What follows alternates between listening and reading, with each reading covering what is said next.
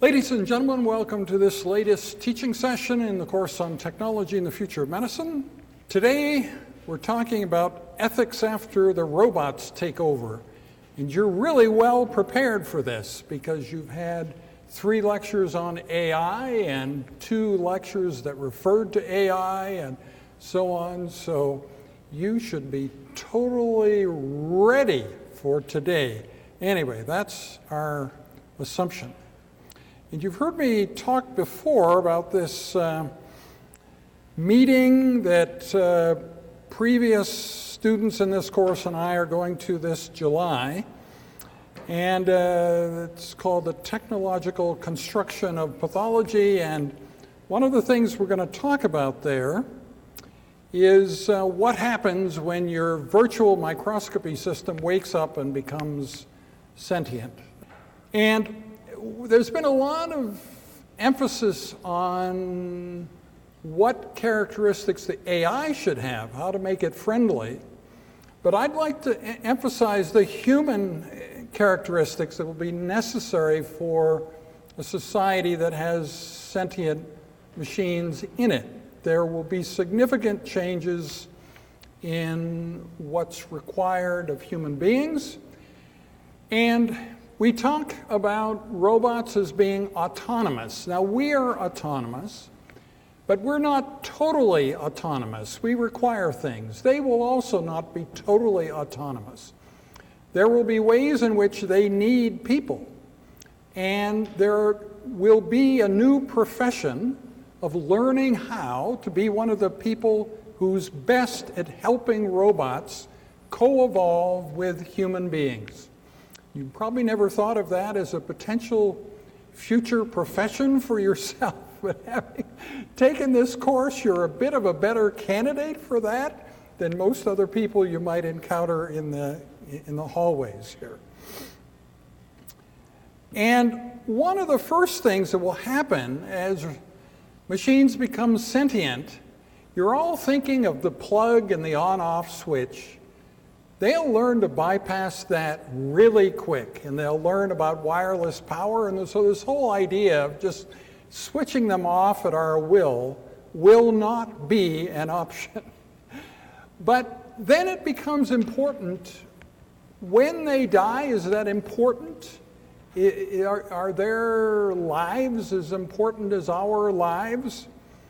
And I think that gets back to some science fiction, some very famous science fiction. One of the things that Earle, Waugh, and I did together in the early part of this course is we went to see the movie Blade Runner together, I think in 2011. And in that movie, there's the replicant Roy Batty, and a very moving part of that film is where he describes all the things that he remembers. And his time has come, and he's about to die, and all those memories will be washed away like tears in rain. And when you watch that, you sort of get the impression that something bad has happened. You know, that this is not a neutral event, that this being is no longer living. And so we'll be talking about some of those issues today. So now I'm going to go on to Dr. Waugh's PowerPoint, and he'll take over. So before I start today, I want to tell you something about my childhood.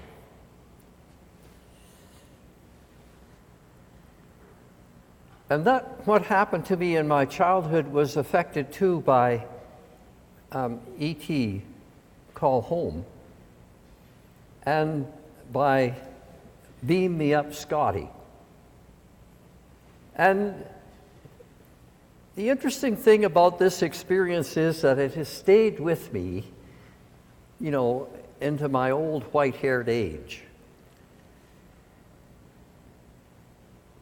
So the whole thing started when I was about 10 years old. And as you may know, if you've watched any of these videos from before, you'll know that in my early age I got beat up because I was kind of the resident nerd in the school and the teacher's pet. So I was periodically and regularly, actually, beaten up by some of the farm kids in the neighborhood where I lived.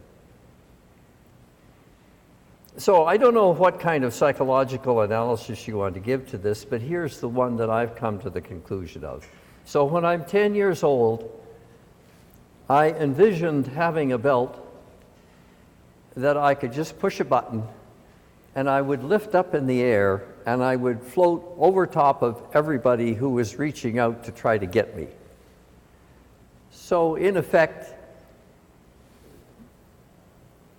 when I would have to go into a room, perhaps, the teacher, and explain why it is that all of a sudden I disappeared, and all of a sudden I was no longer sitting in the seat where I was supposed to be, all I had to do was push the button and up I went and I flew away. Now, this was a repeated dream of mine that went on and on for several months. And every kind of conflict situation I got into, when I had to write an exam and I took a look at the first question and I didn't know the answer to the first question, I just pushed the button and up and away I went, and that was the end of it. I mean, it's a great way to handle school. So it was also a great way to deal with the fact that I would be in a situation where I could get beaten up. Because in that situation, I was usually, surrounded by these big hulking guys, and all I had to do was reach down and push my button, and I floated just over their heads, and so I remember dreaming that I would fly off at the distance, and then, like a good crow, I would dive bomb them. I would come back and I would dive bomb these guys, and they would reach up and try to grab me, and they would, try to get some sticks to knock me down, but I just flew right over their heads. And what a feeling of absolute liberation. What a feeling that, man, I can take on anything as long as I've got my magic button here that I could push, and it would lift me up over everything. And you might say, well, okay, so you were a kid. I know I've read all the psychological literature, and when you're going to reach puberty, they say you have all of these kinds of dreams of liberation, and so that this was an interpretation of what was going on. On the other hand, I've given this another interpretation, and that is that what I was experiencing was the sense of being an absolutely autonomous human being. That resident in me and resident in my life experience was the fact that I could rise up above whatever problem I had, and that problem didn't define me, that I could in fact take off, fly above it, and handle whatever came my way. So in effect then, my dream has lived with me ever since as a kind of imprint of human autonomy. So when I saw E.T. with the kid on the bicycle flying through the air, you remember that? That image of the kid flying through the air with E.T. on the handlebars? How many of you remember that? Okay. Well, when I saw that, I thought, wow, he's doing just what I did when I was a kid. And then when I saw, Scotty being beamed up, I thought, wow, he's getting out of one difficult situation completely away from the whole thing. All he has to do is say, beam me up, and he's gone. So I'm sure that you have your own interpretations about what was going on inside my head, and maybe you've had similar things too. But I preface with this to point out to you that you already have a sense of human autonomy and distinctiveness built into you with certain kinds of imagery. And I argue that there's a connection between robots and this sense of human superiority or human characteristic that takes us over and beyond the difficult issues that we are in. So maybe we could see in the robot a kind of overwhelming power to overcome all difficulties. So perhaps part of what makes robots so attractive is that not only do they overcome our limitations, but they also point out our own superiority, i.e., we have created them, we've now got a tool that can help us transport ourselves, transform us out of this situation we're in, and we are now going to be able to handle something really, really great. Now, I bring this to your attention because most of the studies and most of the talk up to now has treated robots as if they are a threat, as if they have some, deep problem for us. And I was glad that Kim mentioned that, in fact, robots or humanoids might, in fact, open up another dimension for us.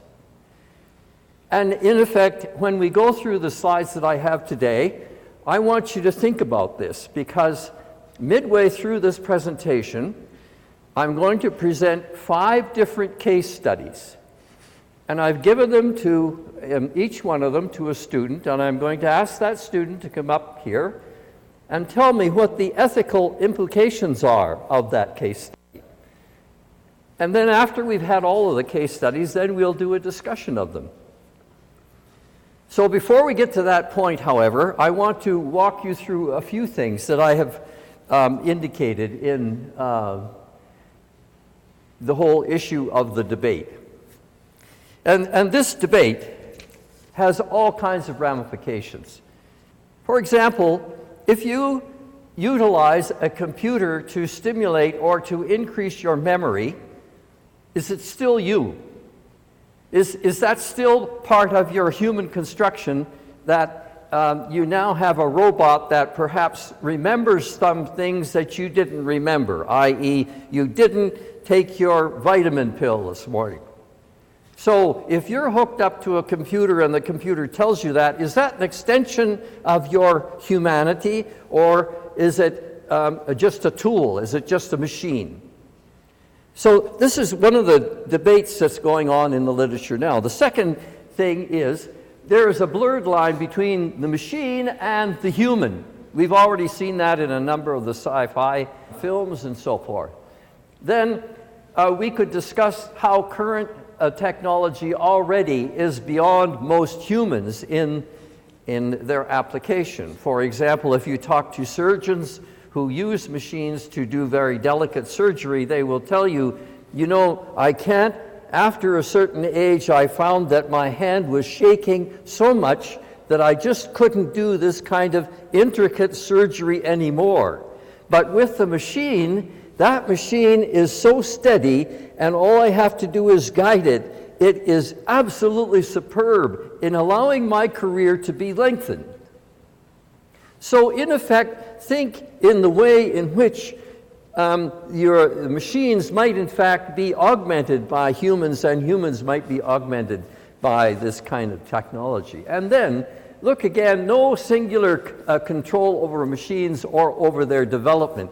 So in effect then, we have opened up a huge dimension of what we would call private development of technology.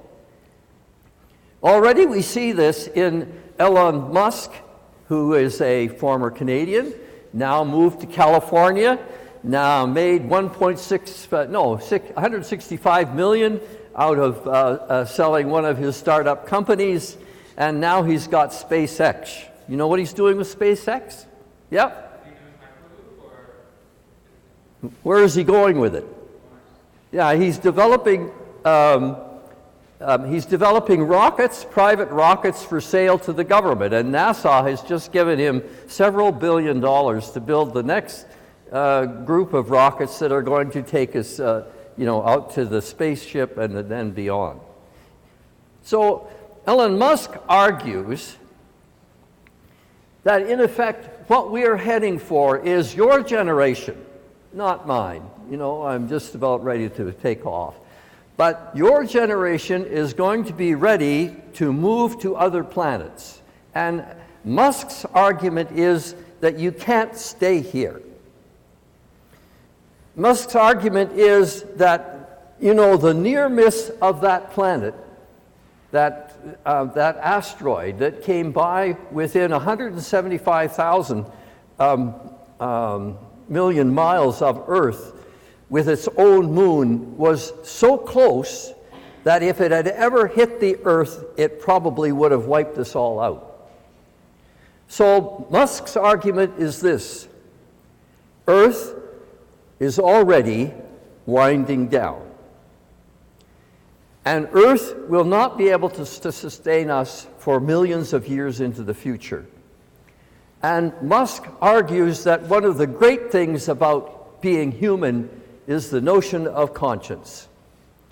And what we have to do then, according to Musk, is to transport some of us to another planet in another galaxy so that we can continue the great human development that has taken place on Earth.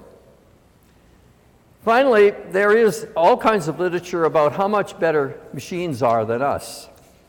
Well, that doesn't come as a surprise to you after you've finished an exam, right? So, in effect, then, we face these kinds of things all the time. I want to just very quickly point the directions that are going on in the literature. I can't possibly treat all of this today. So I just want to take a few moments and introduce you to the way in which the materials that you read are going to be pointing. The first way that they're going to be pointing is that the humans and robots are in opposing worlds, i.e. that the robots will be so smart that they will outsmart us at every turn, and ultimately they will be telling us what to do, and then ultimately they will destroy us. So that dimension of humans and robots takes an opposing view or an opposite view of the benefits of what the robots are, right? All of this is counterpointed by humans and robots in a mutual relationship. And so the mutuality of the robots is built upon several different conceptions in the literature. Number one, who designed them? As soon as you enter into the design phase of a robot or any kind of a machine, you have to look at the way in which the individual designs it. If you look at your kitchen, why is it designed that way? It's designed because somebody built it that way. Not very long ago, I was looking at an apartment, and the salesperson said, well, don't stress this kitchen. And I looked at her for a moment and I said, what do you mean don't stress this kitchen? She said, because it's obviously made by a man. So in effect then, a man does not know how a woman works. So if you're buying an apartment and you look at the kitchen, and the kitchen, you know, has the refrigerator way over there and the stove way over there and you know, the cupboards for all of your spices away on the other side, who designed it? A man. What you want to have if you're a woman is the refrigerator here, the stove here, the spices here, right? So that you're not running a marathon to put spices in your spaghetti. So in effect then, the way things are designed is critical. And so the same will apply to robots because they are, after all, at base, a human creation. Secondly, you'll need to program ethics into them.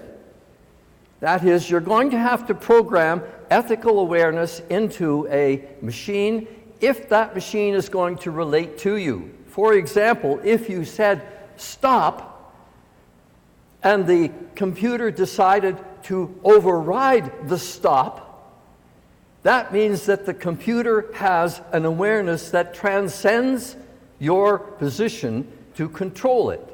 Already then you have built in the notion of a machine consciousness, a machine credibility in deciding whether or not you're saying stop is what they're going to obey. So the second point is quite applicable. You're going to have to program some kind of ethics into the machine. Then, thirdly, would you kill a doctor who helped heal you? The issue will be then, at what point will you say, Mr. Robot, I don't want you anymore? And what will you do with the robot? So in effect, it's not as easy as you think sitting there in this very comfortable classroom thinking about these things in the abstract. Now think about yourself. You're in your 20s, right? Okay, so in about 50 years, 60 years, we'll give you 60 years, you know, you're very frail. Like most of the population, you have many chronic illnesses. You might have diabetes, you might have heart conditions, you might have, you might have been in a car accident and you lost a limb and they couldn't replace it. So in effect, you might be an individual with all kinds of problems.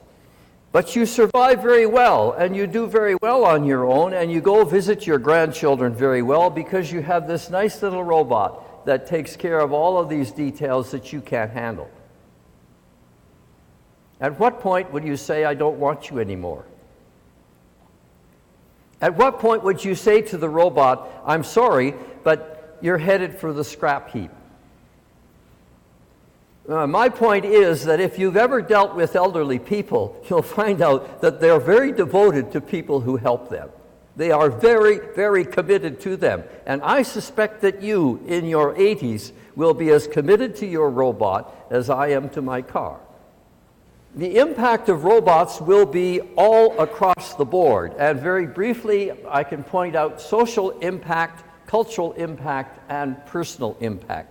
So look at some of the things that the social impact is, and we've already seen this, the dislocation of jobs. There are some who argue, for example, that doctors will be redundant by 2050, that they, in effect, will be what we would call trade mechanics, that, in effect, they will not be the leading individuals they are in society, and consequently their salaries are going to drop. There are some who argue that a wealth-based society is going to change dramatically, and in fact it has to. If there are no jobs out there for you, after you're done with your degree, there's nothing for you to do. What are you going to do with the rest of your life? So in effect, the argument is often proposed that we're going to have to move to a basis of society that is not wealth-based. It's based on some kind of intuition of achievement, based on some kind of innovative and creative model. So in effect then, by singularity, if we follow Kim's advice, by singularity, we'll be ready to enter into that world of creativity. We already see the problems of internet and iPhone and social media around the world. They raise huge issues for security. Already there are queries about CSIS and why it is they never picked up these guys before. Already we see the results of the French thing. This is going to have immense ramifications for this international network. Okay, let's talk about the cultural impact. Where you might see the robots developing quickly and immediately is in the aging population. So think of your grandparents. So give your grandparents another 10 to 15 years and you are living in, let's say, Saudi Arabia or in Kathmandu, and your parents, your grandparents are aging and your parents are disabled.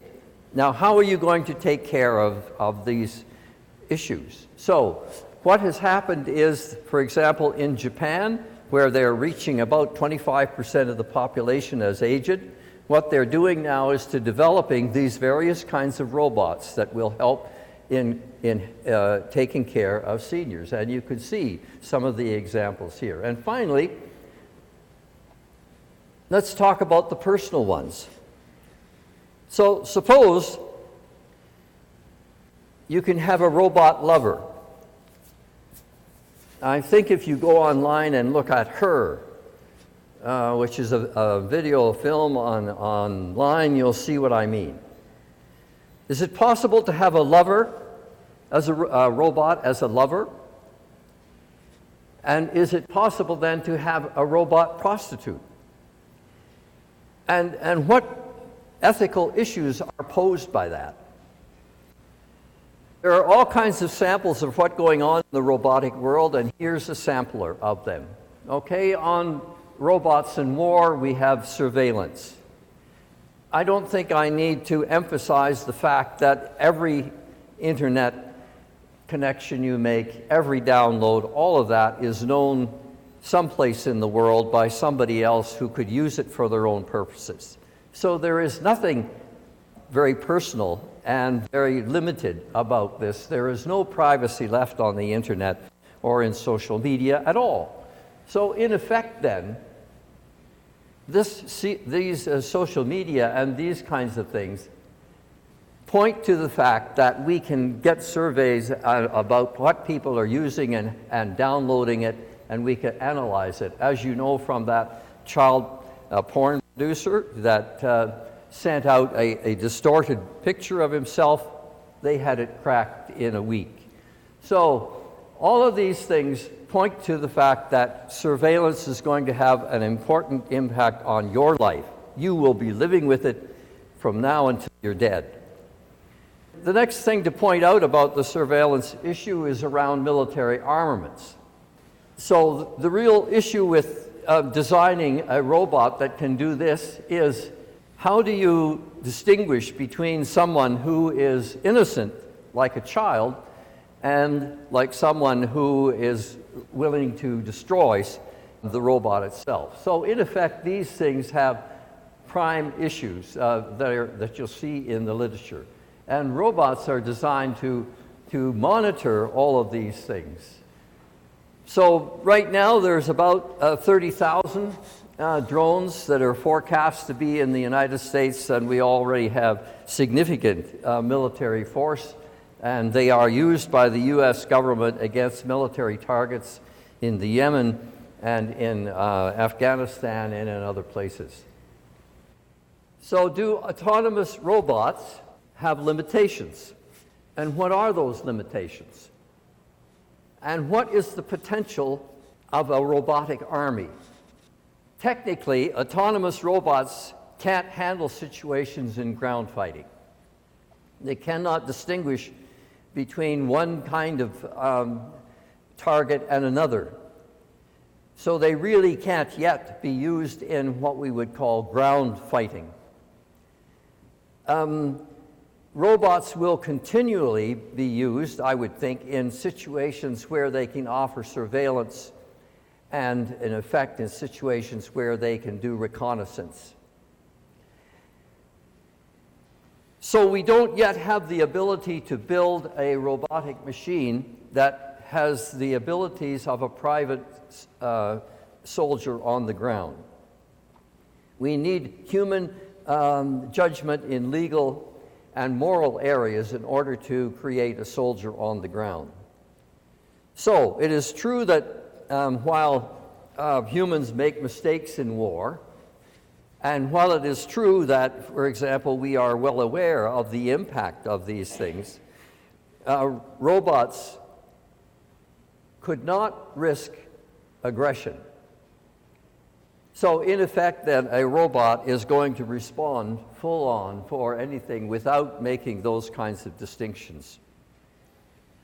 So finally, would you give a pistol to your robot vacuum cleaner? Autonomous military robots with lethal capabilities aren't yet possible. But we have smaller versions that we could use, and in fact we do use robots now in drones. So if they are autonomous and they are lethal, who's responsible for them?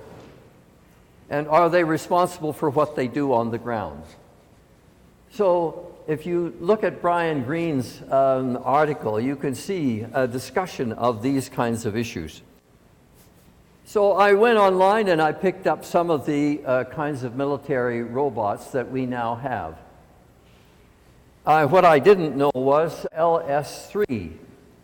Have you ever heard of LS3? LS3 is a robot about the size of a dog, and it rolls along behind you, and it can carry an awful lot of weight. And it's not just on smooth, even ground, it can run over rough terrain. So this is being developed by the US military, and while they haven't put many of them into service, they are alive and well. So they've also developed an SUGV that can find you in a crowd. So you can't hide anymore, Kim. Once they put the SUGV out there, it's about the size of your suitcase, your briefcase. It'll find you, and it'll know what you're doing, and it can trace you. So the second issue is of social displacement. And for some of the people that you talk to in the finance industry now, they really don't know what to do with this knowledge. The fact of the matter is that many of our financial affairs now are run by machines. They already now are beyond what we would call manual manipulation, so they can transfer funds from one country to the other in a flash. What's worrying to the executive class of the financial industry is the fact that eventually all you would have to do is to program the computer to decide where to invest this money.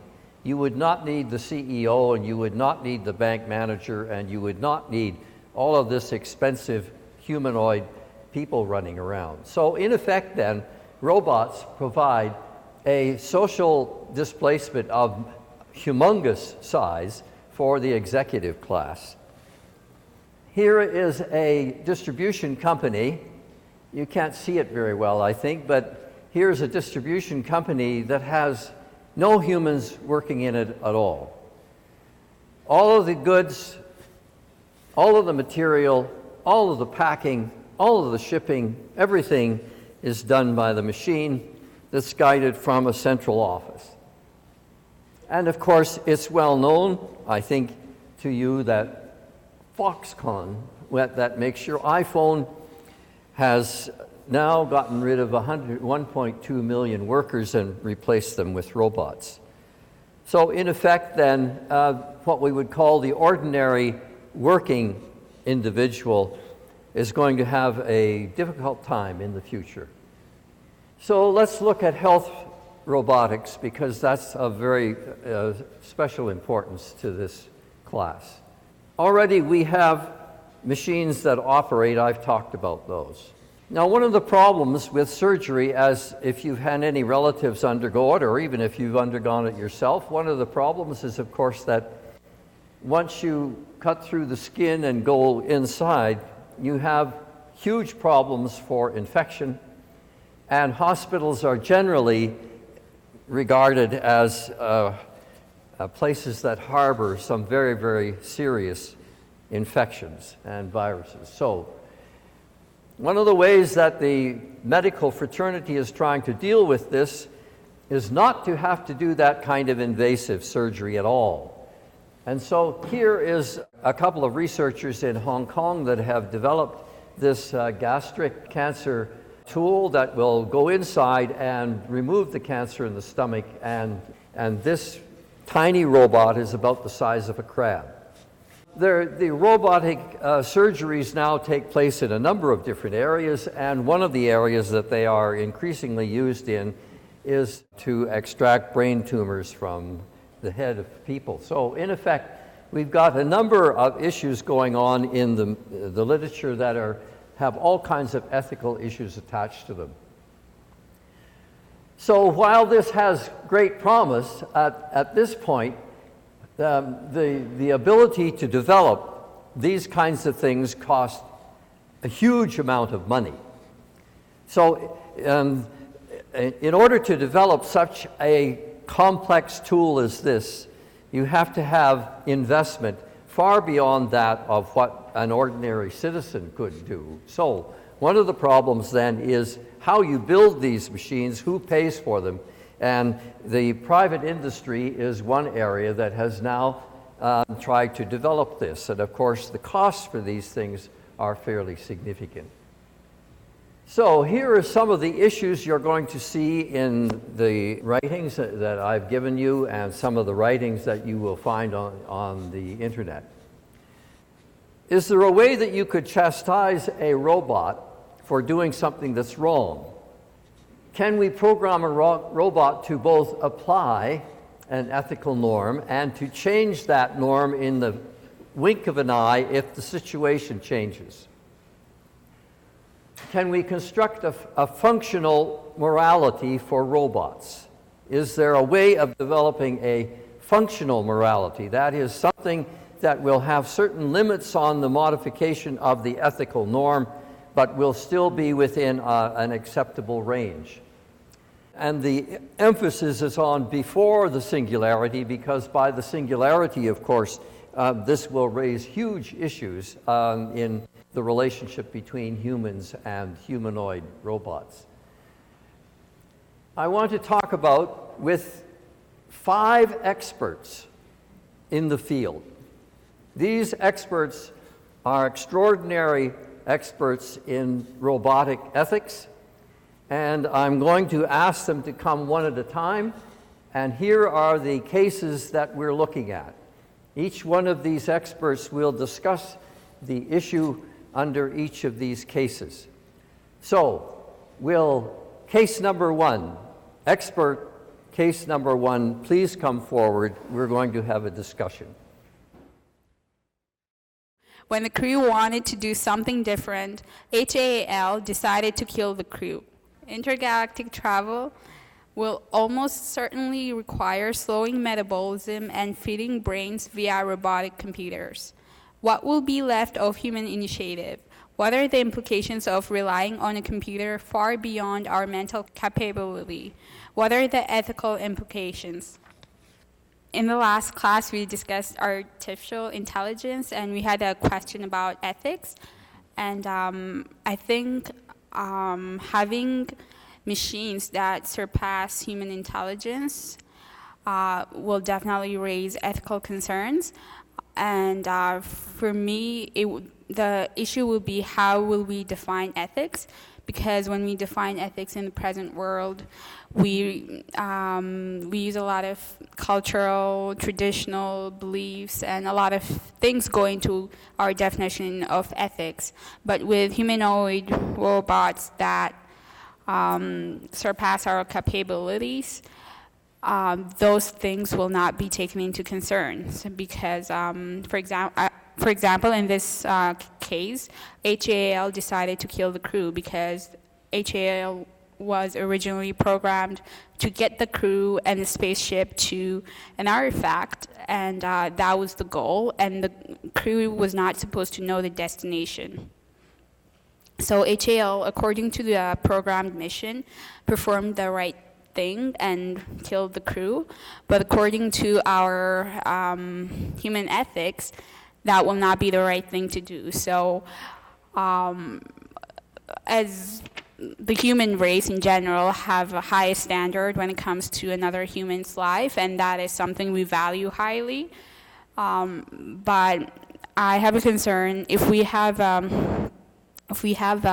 nation of humanoid robots that surpass human intelligence, then maybe a human life is not worth much as long as the machine is performing what it's expected to do. Then that will be a completed mission, and a human life might not be worth much because we're not in control, and we don't really have that autonomy thing. So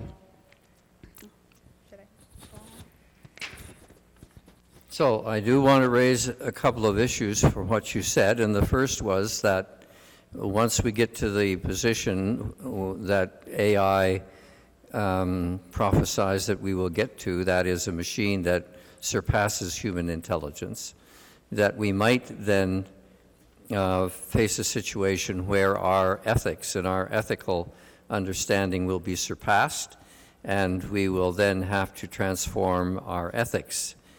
The central focus of what you said is we.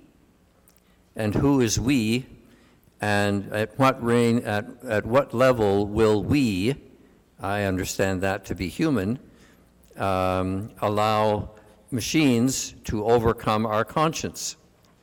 So will we, in effect, come to a point where the transformation offered by machines will transform the very sense of human that we have of ourselves?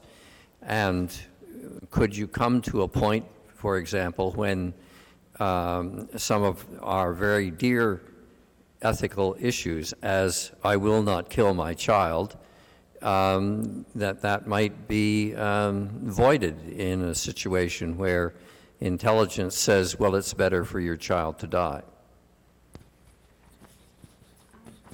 I think that is definitely, there will definitely be a great possibility of that happening, because the whole definition of ethics will be very dynamic, and it will evolve as we evolve in the human race, including our abilities to construct intelligent machines.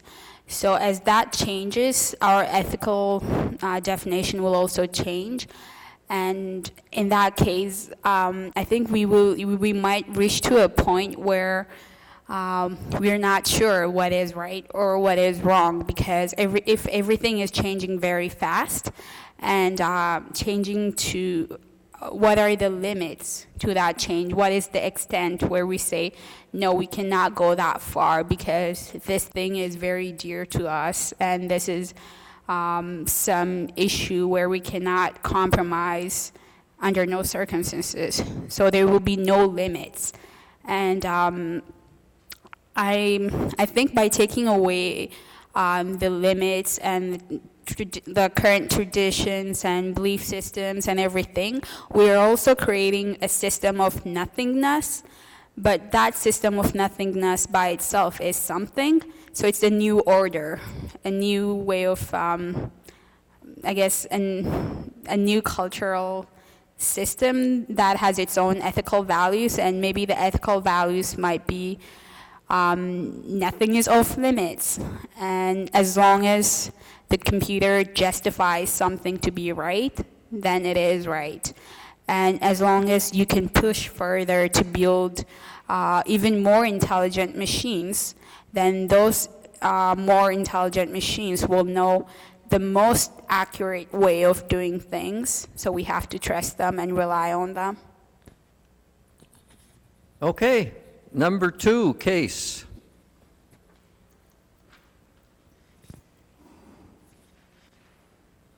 I just have one comment to say about your position, and I would say it's not the majority position at the current time. The case 2 is robots for sex or love.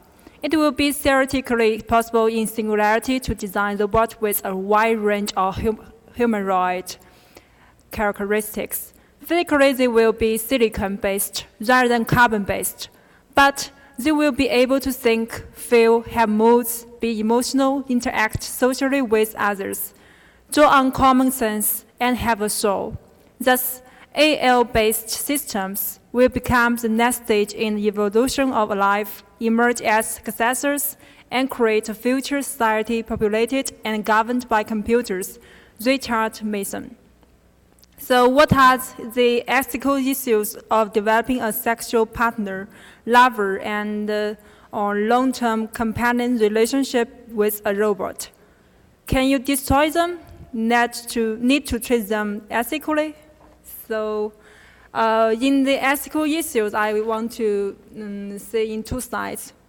In our human side, we might be too emotionally over-invested into the robots. and in psychology, psychic issue, psychic dependent. Yeah, to depend on the robots. And on the robot side, humans might abuse them. Yeah, in these two cases, I think. And we can't destroy them because they are made by humans, they are humanoid. They might have feelings in the future for the evolution. In the evolution, the nature treats us, we should treat the way as nature treats them. And we need to treat them ethically. That's what I think. So, presumably, a humanoid lover could never say, "I'm sorry, I have a headache." So what you're facing here is a humanoid that obeys your every wish. Is that necessarily bad? Yes. Yes, we might abuse them because they can't tell, oh, I like or not. And another thing in humanity, I think, is that if we are too dependent on them, what about the fertility? What about our human society will go on? The birth rate, something like that. That might also be a question. So would it be legitimate there then for you to found a company of robotic prostitutes? Prostitutes? Prostitutes. What is prostitutes? Sorry. A person that sells himself for sex.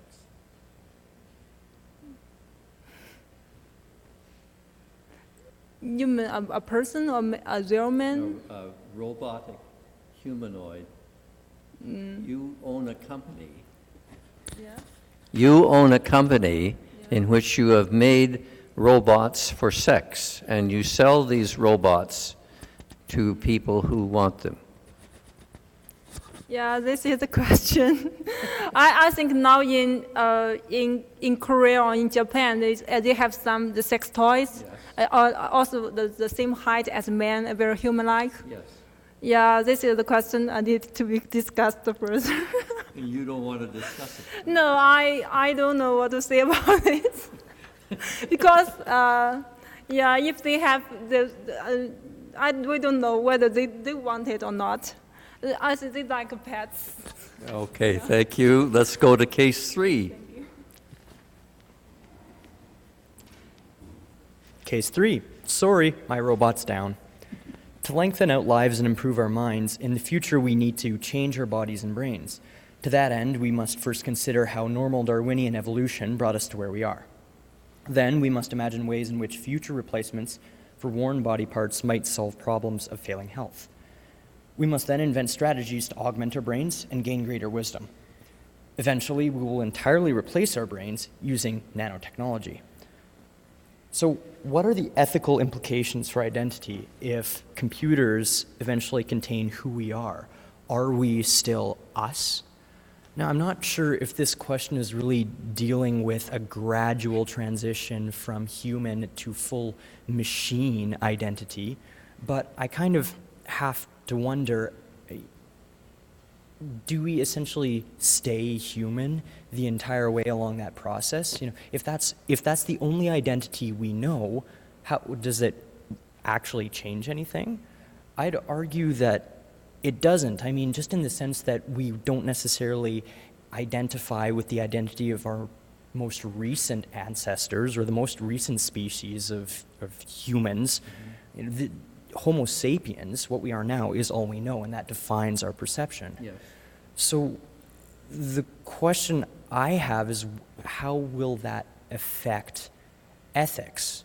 You know, if we augmented our brains and somewhere along the way retained all of the flaws of humanity, of being human, but somehow gained greater processing power, would that magnify our flaws? Would it magnify our inability to act consistently ethically?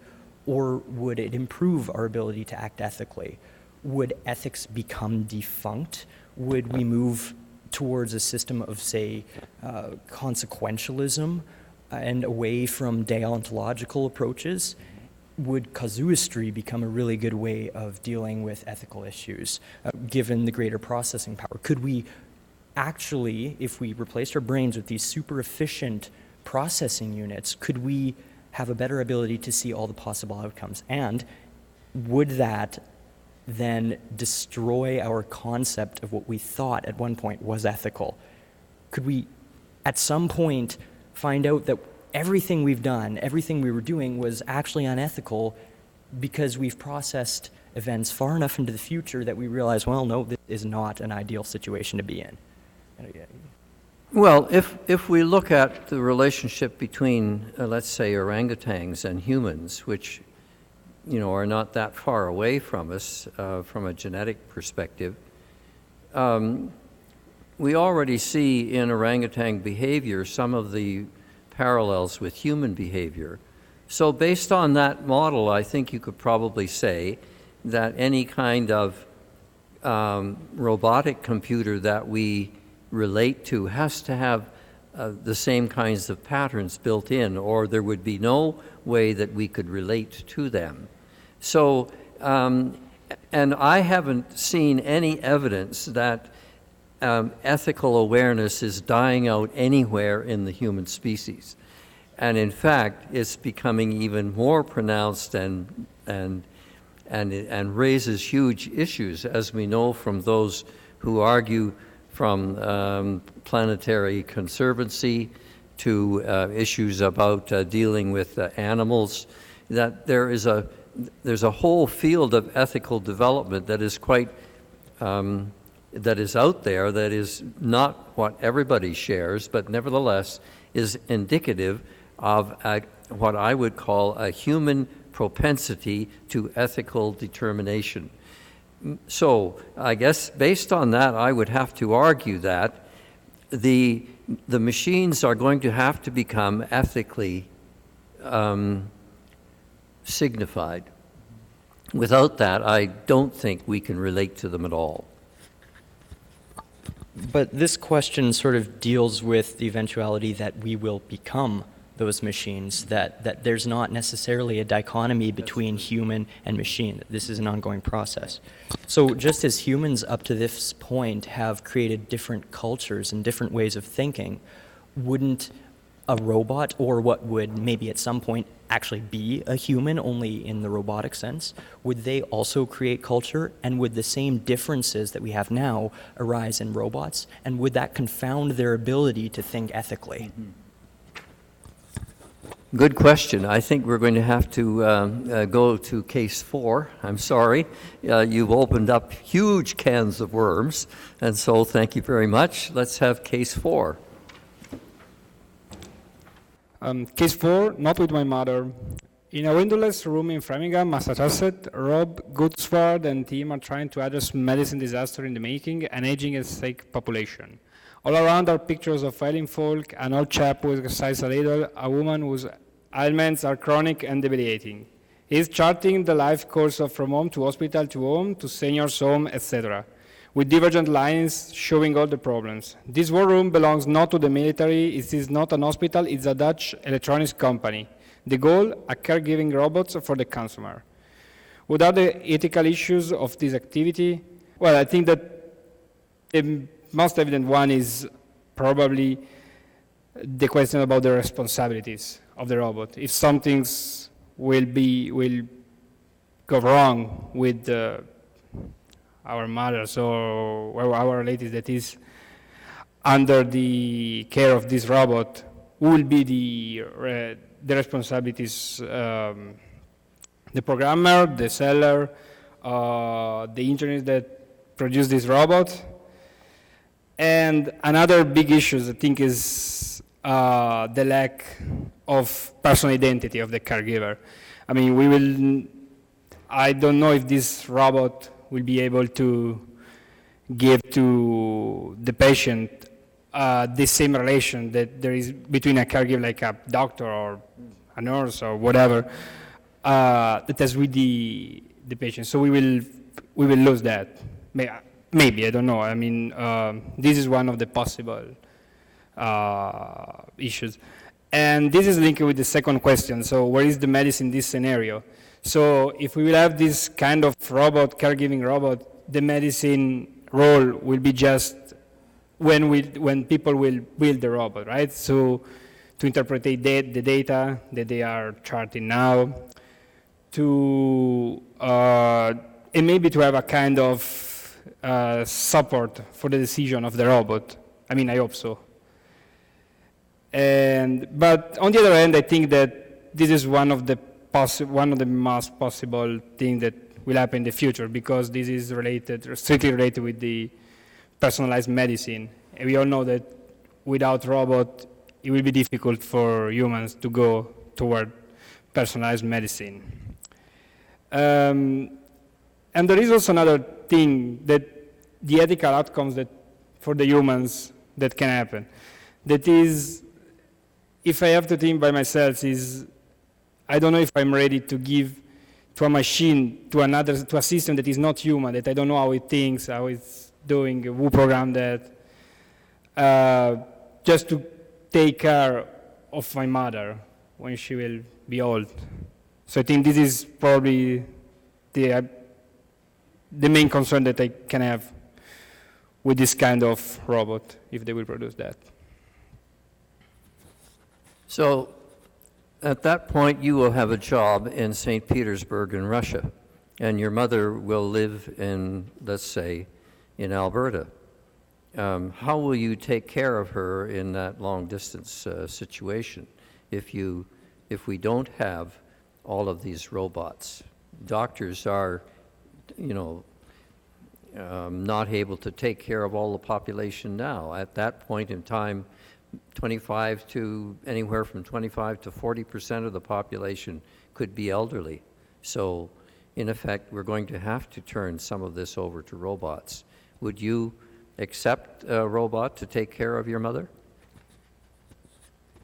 I will probably accept it if there is someone that is supervising what the robot is doing.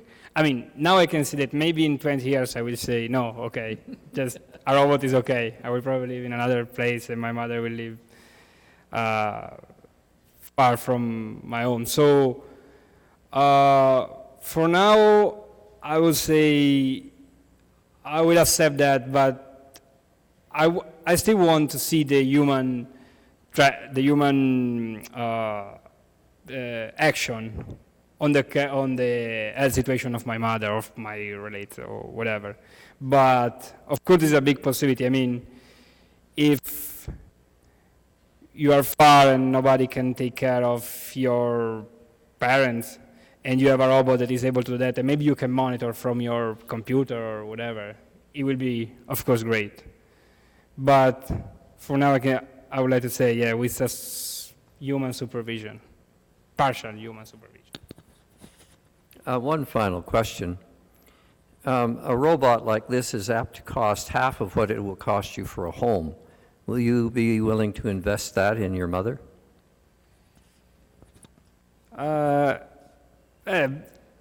If I will have money, maybe yes. If I will not have, yeah, I mean, if there is no other possibilities, and yeah, but maybe in the future this kind of robots will cost less. Then I think that the cost of this kind of human robots will decrease a lot in the next, let's say, 40 years, something like this. There will probably be more mass production of this, I think. Great. Thank you very much. And number 5. Case 5. You've been a good robot, retire to a robotic beach. Woods and Halnagel argue that increasing autonomy will actually add to the burden and responsibility of the human operators. The behavior of robots to be brittle on the margins as they encounter new or surprising challenges. The human operators will need to anticipate what the robot will try to do under new situations in order to effectively coordinate their actions with those of the robot. However, anticipating the robot's actions will often be harder to do as systems become more complex, leading to failure. What moral responsibility will we have to machine/robot? If it is served well, is it to be rewarded? Should it be tossed in the garbage? Should we protect it from damage? Provide it with comfort? So the way I looked at this was, what level of robotics are we at when we look at this question? Are we at the level of robotics where they're in our homes, they're doing all the chores for us, they're taking care of our kids, they're cooking meals for us? Or are we still talking about the robot vacuum cleaner? Like, I'm not going to look at my Roomba and say, hey, you did a great job today, take a break. No. It's going to be very different if you are talking about a robot who has spent numerous years with you, has been through thick and thin, like, it's the one waking up in the middle of the night taking care of your kids, It's the one who picks up your grandfather from the hospital when you don't have time. Then I think at that point, I don't know if it's to be rewarded, but I think inherently our human nature will want to protect things that we deem very valuable to us, much like, I guess, the same way that we would protect our pets, Our pets admittedly won't do as much as this robot will do, but our pet brings us joy. It gives us emotional satisfaction. And I think if the robots can reach a point where they stir emotions within us, even if those emotions are just like relief or happiness that they have taken, just a burden off our shoulders, then we as humans will inherently want to protect it. So I'm not about to jump in front of a bullet to protect my Roomba, but I will probably, try and beat the crap out of anyone who's going to harm the robot that is taking care of my family. So you won't let me break into your house and take your robot then? If this robot is essential to like my now life dynamic, and it's become such an integral part of my life, then no, you're definitely not taking my robot. Okay, thank you very much. So give them a hand. I think they've been a wonderful team of experts. So I want to end off today just by a few thoughts. I started out the lecture today by talking about an extraordinary experience that I had that has lived with me through most of my life. And it's an experience that I argued was an experience of transcendence, an experience of transcending limitations, and I associated that ability to have a transcending experience, to experience the notion of the lack of limitations of the human as part and parcel of it was what it is that makes up humans. So my parting question to you is, in the future, can we create a humanoid that will be able to have that kind of transforming experience? Thank you very much.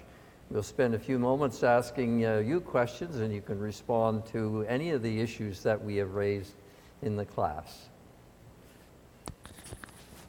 With a lot of the case studies, what I noticed was this idea of us becoming more and more dependent on robots. And I had read an article about kind of the risk of relying too heavily on robots, using examples of autopilot systems in planes that had failed, where the pilots weren't able to manually save whatever struggle was going on, where the whole flight and crew died, unfortunately. And this has happened numerous times, all in different places in the world, where we rely very heavily on certain levels of technology, that things are already planned out for us, where as a result we're having less specialized training.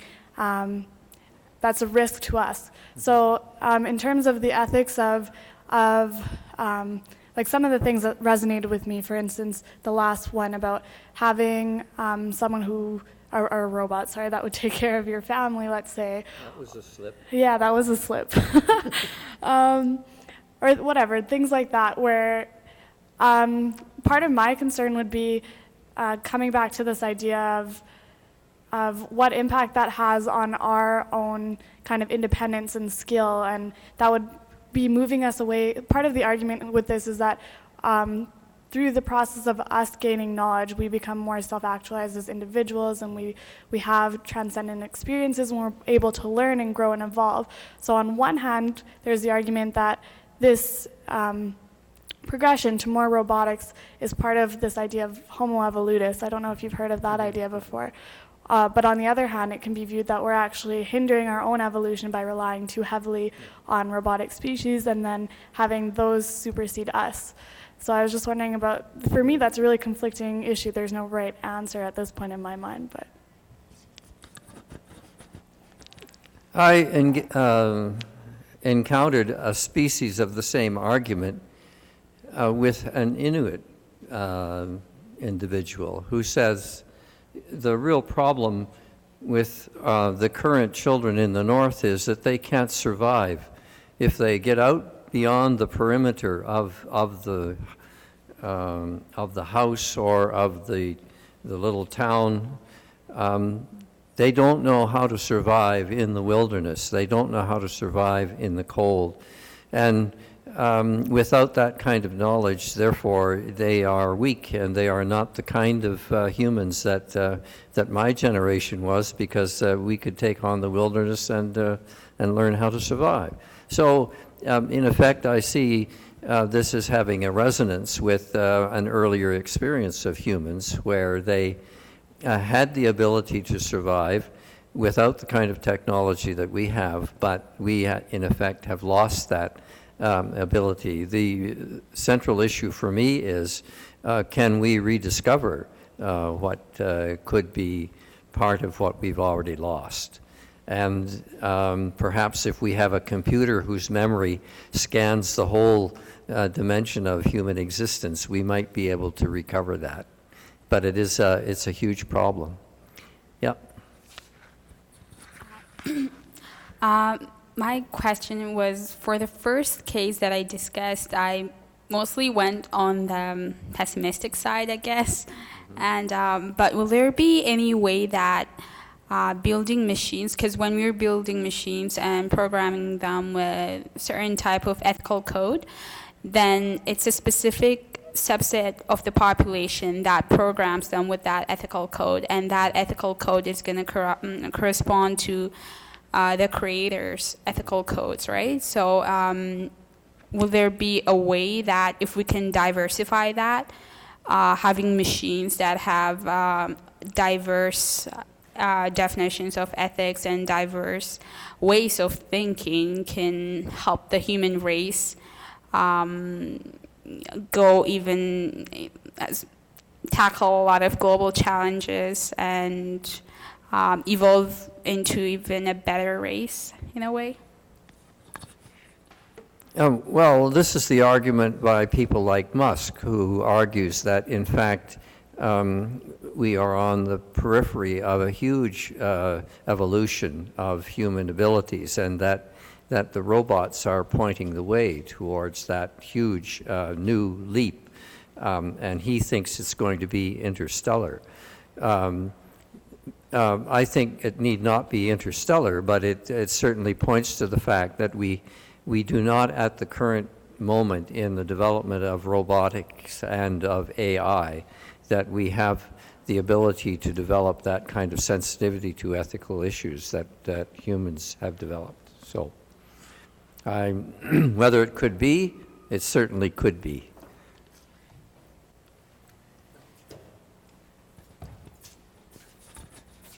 Just to briefly respond to what you were saying, and then it's kind of similar to case study number 4 as well. Mm-hmm. Why see it, for instance, as a hindrance to human intellect?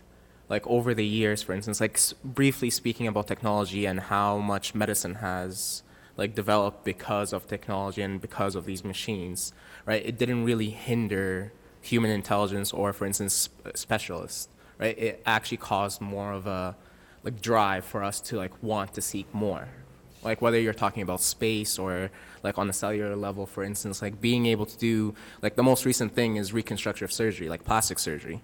Back in the day, they were only able to do maybe 5 millimeters because of their eyesight or the magnification that they were there. And as that technology improved, now they're able to do 0.5 millimeters, right? So I believe that as technology improves and these machines improve, it's actually going to cause us to want to like learn more about the human body or our environment and all that, and it'll actually give us that capability more than like hindrance or make us lazy or just relying on these machines, because we will as humans always be weary, I guess, of like technical errors or machines going wrong. But as for mothers and robots taking over and taking care of it, why not have them take care of them? Because humans will have emotions, they'll have personal lives, they'll be thinking of certain things as they're taking care of your mother, while robots maybe at a certain level will not have those influences on them. So who would you rather trust? Someone who will have their personal lives in the back of their mind and maybe they'll skip, for instance, a medication for your mother, or someone who doesn't have that and is just programmed, okay, at 2 o'clock I'm going to be giving your mother this, that, and that. And that's the way I see it. I think we're out of time, so thank you very much. It's been a good session.